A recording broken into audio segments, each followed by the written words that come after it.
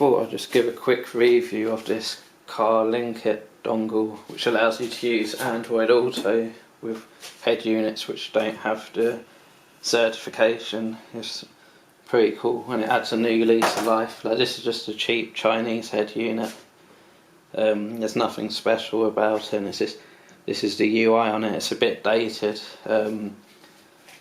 So I've got my phone here with the Android Auto app, and I literally just connect it into this,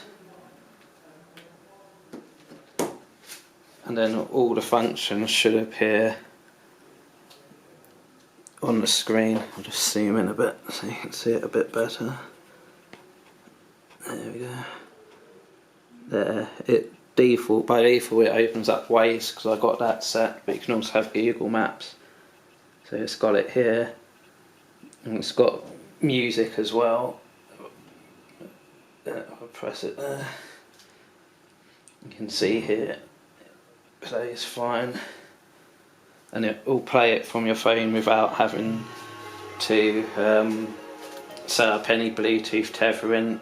And it also uses your phone's data, so you don't have to set up a Wi-Fi hotspot like I used to have to with this before. So it just makes it a lot quicker.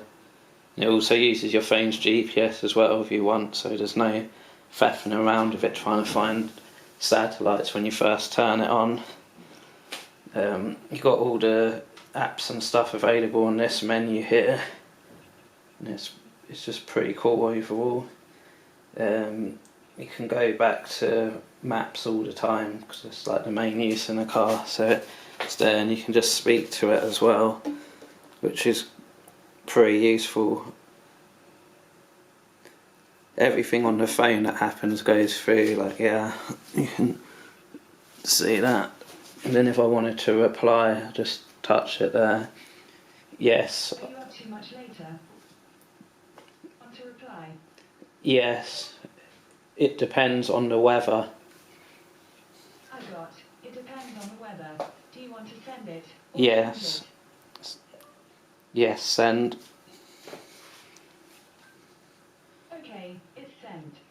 So all your phone notifications turn up there, and you can also use press that. You can speak to it like, where's the nearest petrol station? Hey, turning 2 lights on. Oh, Sorry, it looks like me LED. it's set up a bit. Right now. I've got 2 Google instances running. I've got my home one as well, so it's a bit messed up, but let's try this. Find for nearest petrol station. Okay, handing you over to Wave. And then it's got it here, so you can do everything by voice in the car rather than having to jab the screen, which is quite good. One thing I did notice is that with this head unit it's only 0.5 amps output, which isn't really enough to charge a phone.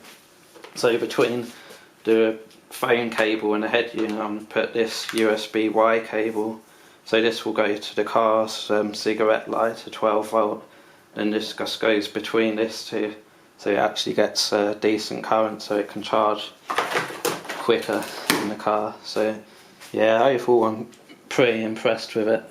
It's added like a new lease of life to a really old head unit that just wasn't really that good. I think it's running Android 6 or 7, I can't remember, but it's just a cheap Chinese one, and this has made it a lot better. So yeah, before I just do this review,